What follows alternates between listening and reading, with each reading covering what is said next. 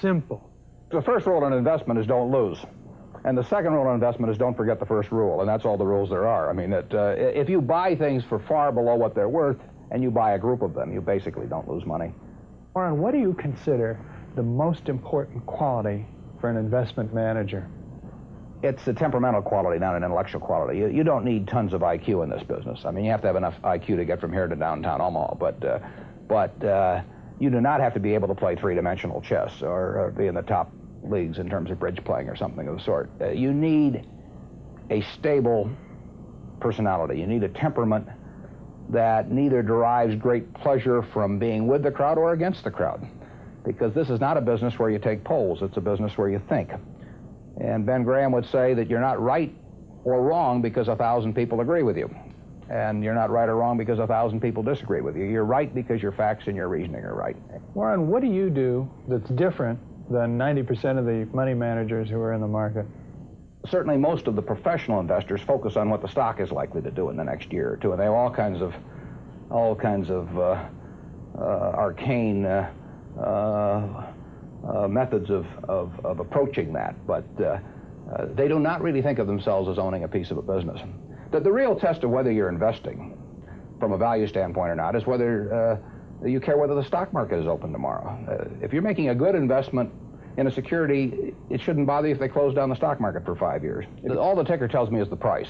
Yeah. And I can look at the price occasionally to see whether the price is outlandishly cheap or outlandishly high. But prices don't tell me anything about a business.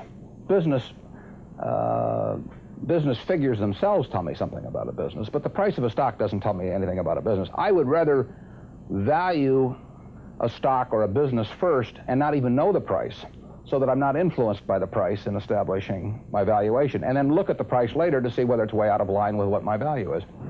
So Buffett chose to stay in this world, Omaha, Nebraska, where corn grows just minutes from downtown. Now, Omaha is a nice town, but nobody claims it's a world financial center. Here, the only thundering herd is actually on 4 feet. Don't you find Omaha a little bit off the beaten track for the investment world? Well, believe it or not, we get mail here, and we get periodicals, and we get all the facts needed to make decisions. And unlike Wall Street, you'll notice we don't have 50 people coming up and whispering in our ear that we should be doing this or that this afternoon. You appreciate the lack of stimulation here? I like the lack of stimulation. We get facts, not stimulation here. That's terrific. How can you stay away from Wall Street? Well, if I were on Wall Street, I'd probably be a lot poorer. You get overstimulated in Wall Street, and you hear lots of things, and you may shorten your focus, and a short focus is not conducive to long profits. And here I can just focus on what businesses are worth, and I don't need to be in Washington to figure out what the Washington Post newspaper is worth, and I don't need to be in New York to figure out what some other company is worth. It's an intellectual process. Well, and the less static there is in that intellectual process, really the better off you are. What is the intellectual process? The intellectual process is defining your area of competence in valuing businesses, and then within that area of competence, finding whatever sells at the cheapest price in relation to value. And there are all kinds of things I'm not competent to value, but there are a few that I am competent to value. Have you ever bought a technology company? No, I really haven't.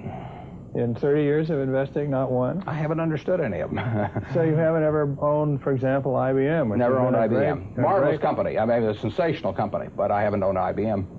And so here is this technological revolution going on, and you're not going to be a participant. Gone right past me. Is that all right with you? It's okay with me. I don't have to make money in every game. I mean, I don't know what cocoa beans are going to do.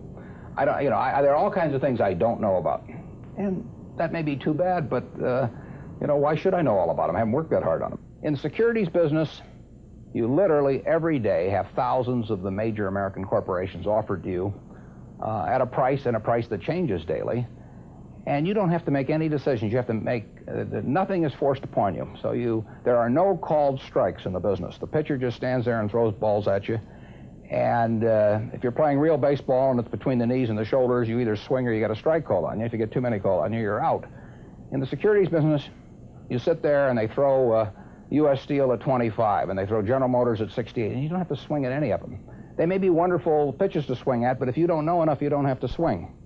And you can sit there and watch thousands of pitches, and finally you get one right there where you want it, something that you understand, and then you swing. And so you might not swing for 6 months. You might not swing for 2 years. Isn't that boring? It would bore most people, and certainly boredom is a problem with most professional money managers. If they try to sit out an inning or two, not only do they get somewhat antsy, but their clients start yelling, "Swing, you bum!" from the stands, and that's very tough for people to do. Warren, your approach seems so simple. Why doesn't everybody do it? Well, I think partly because it is so simple. That the academics, for example, focus on all kinds of variables. Partly because by academics you mean professors of right, finance? Yeah, the data's there. In business school? Sure, and the data's there. So they focus on whether if you buy stocks on Tuesday and sell them on Friday, you're better off, or if you buy them in election years and sell them in other years, you're better off, or if you buy small companies. There are all these variables because the data are there, and they've learned how to manipulate data. And as a friend of mine says, to a man with a hammer, everything looks like a nail. And once you have these skills, you just are dying to utilize them in some way, but they aren't important. If I were being asked to participate in a business opportunity, would it make any difference to me whether I bought it on a Tuesday or a Saturday or an election year or something? It's not what a businessman thinks about in buying businesses. So why think about it when buying stocks? Because stocks are just pieces of businesses.